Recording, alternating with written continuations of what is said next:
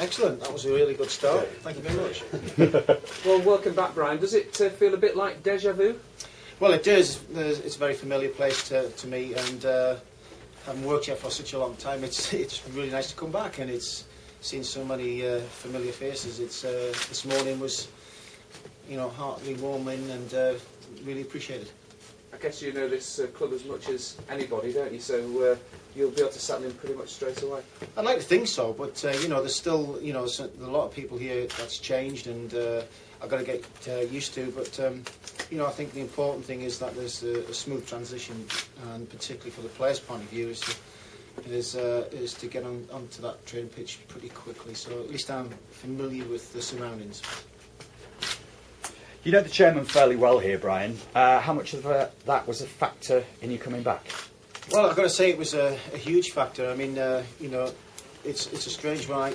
The fact that I had 3 offers to go and manage when Steve had asked me, and on Sunday I met him and had a good chat. There was a possibility I could have come back previous to that, but I didn't think it was right and appropriate. But I think now the way the club is supposedly in a drastic position, I think I feel it's only I should come back as well, just to support the football club, support Steve and the supporters and the staff here who love this club to death, and we want to make sure that the club stays in this stream. Was it a worry? Obviously, the chairman said yesterday that he told you that his involvement with the club will only be until the end of this season. Yeah. Was that a worry when you were deciding whether you wanted to come back or not? Or no, it wasn't. I mean, the good thing is we've actually got him to extend it longer than we thought, because Steve has made it very clearly with everybody, and I've spoken to him over the seasons, and he's looking to get out, and I can understand that, but. It's between now and the end of the season that his support will be here, and hopefully in between that we can at least try and stimulate some interest for this football club. But the way to stimulate interest is to do well on that pitch. Yeah. You mentioned that you had other offers on the table. Are you in a position where you're able to tell us who they were, or was it Shamrock? Well, Shamrock's obviously the one that they wanted me to stay on, and there was another League One club that wanted me my services. So it's.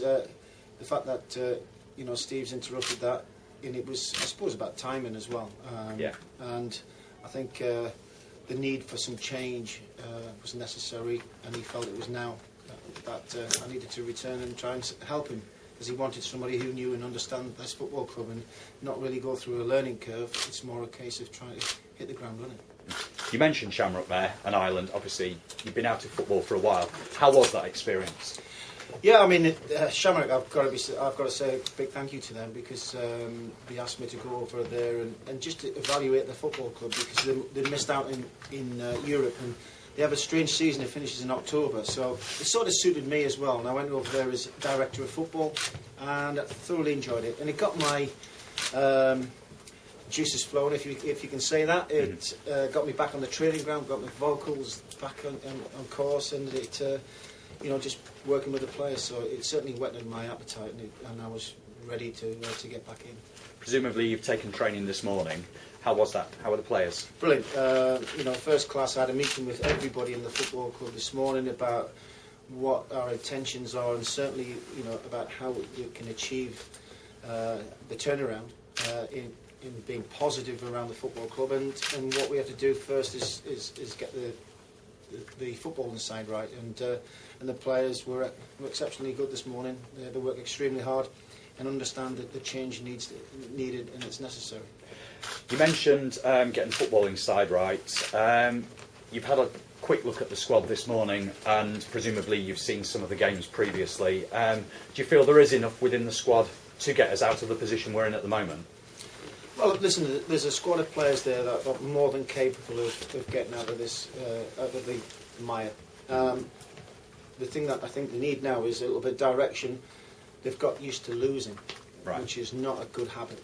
And it's been that way for the last 18 months, and it's been on a downward spiral, and it's a tough one to turn around. But I believe the players here, they want to get it right.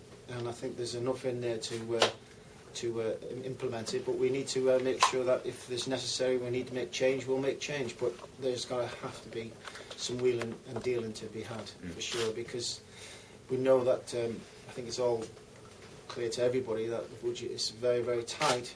However, I've got to say, the budget is not as bad as people have been saying or suggesting. The budget here is more than or should be more than capable of doing well in League One. So that's something that it must be made abundantly clear. When you look at Tranmere, we're far exceeding their budget. So that tells you in itself we're underachieving. Right. You brought Russ back with you. How important was that, did you feel, in what you were talking about earlier about stability and continuity? Well, Russ knows this club as much as I do, and he obviously has got a lot of friends here. I think one of the things that Russ and I would bring to the football club is a calmness, but also the determination that we've got a lot of time for this football club, and we want to see it progressing and being run really, really well on and off the field. And both of us understand each other's mentality, and I think we both drive that. And I needed that reinforcing with my assistant.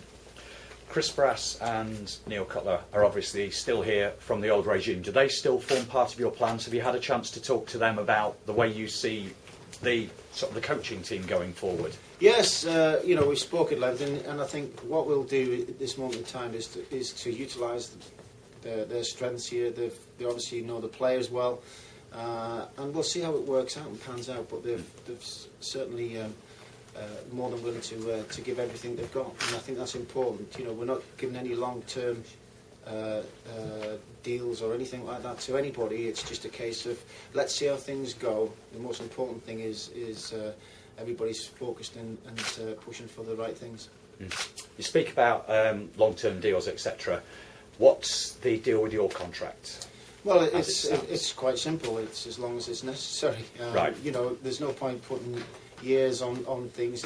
It's what's required, and we will.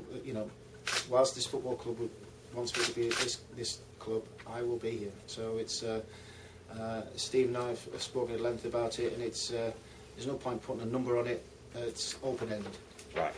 Alan brought in an outside scouting agency when he was here. Is that something that you'd be looking to continue with, or is it early days, too early to tell at the moment? Yeah, listen, I'm not here to dismantle everything that he's brought to this football club, because there's a lot of things that are good as well.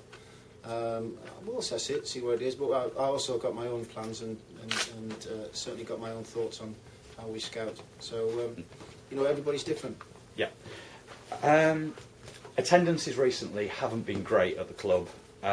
Historically, home form has been the platform that success has been built on by us.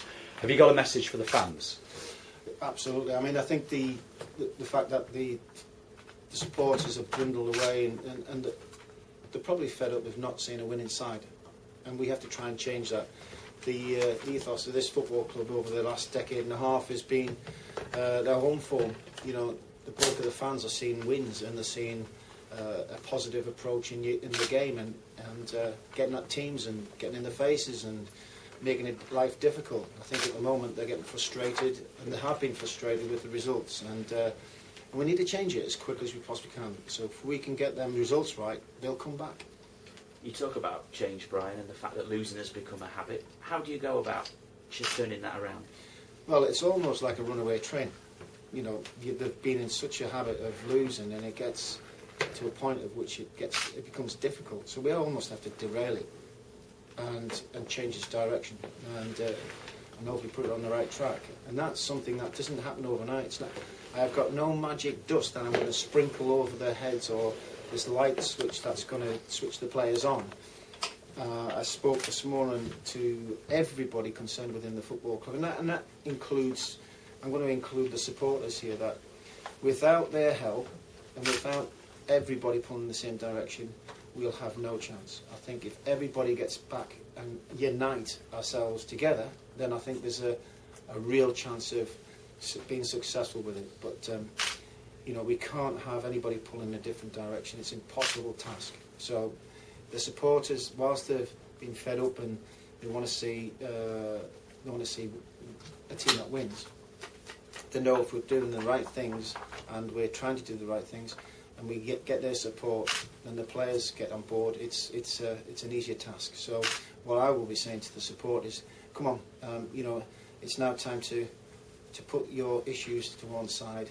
The biggest issue at this football club is the football club itself. We've got to make sure it's survival for its own sake, financially as much as anything else, because if it goes too far, it's going to be in a right mess. And we've worked, and I'm very proud of the fact that Steve Wharton, myself, Nigel Atkins, Russ Wilcox and Andy Crosby have put in so much work, and we've left a legacy behind that we've been very proud of. And the last thing we want that to do is fall apart, and we feel we need to get a little bit of that back, because that's how this club that's how it's run. We're not big spenders. We always punch above our weight, and it's about showing everybody that we are a team that will always be punching above our weight. We'll always overachieve. That's what we're about. At the moment, we're underachieving, so I think if we start to believe and start overachieving again, because that's what we're going to have to do, because that's what it's all about, then we've got a great chance, and that's the heart and soul of this football club, about overachieving. Is that legacy then you talk about, do you feel that's in serious threat of falling apart at the moment, given the situation? Yeah, I do. Yeah. I actually do believe that, and it's, we've put a lot of heart into it, and a lot of blood, sweat and tears, I got a text off Nigel last night, and same thing, it needs to be put back into place, because it did work.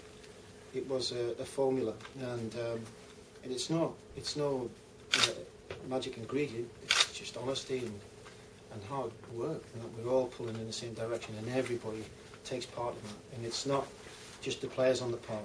They have to play their part. There's no question about it.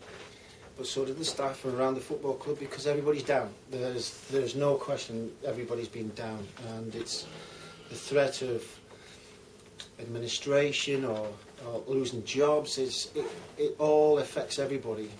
But as long as the staff, and I've told them, as long as the players show an honesty, and they can look at them in the eye and say after the game they've give their all, win, lose or draw, then they should be satisfied to say they've been trying their hardest to keep this club in the league, and that's what I'm going to be aiming at. So that's what it's going to be all about. That's the ingredient. Have you seen much of the team this season?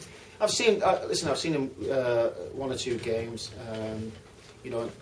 The one thing, I live in the town, so I can't get away from the fact that I'll probably read about it. I read your comments, and I read the reports, and it obviously doesn't. It's not been a good start, and the stats don't lie. It's been a poor return. And in terms of, met the squad this morning, trained with the squad. How have you found the mood within the players, the confidence? Does it seem like a struggling squad in that sense? Well, the one thing that was quite evident this morning, the fact that the phone is ringing, and that's not a good sign, is it? I thought I switched it off. No, it's Alex Ferguson.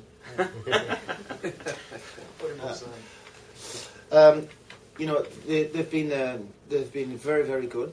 They've listened what we've got to say, and I said the philosophy that we're going to approach and how we're going to approach it.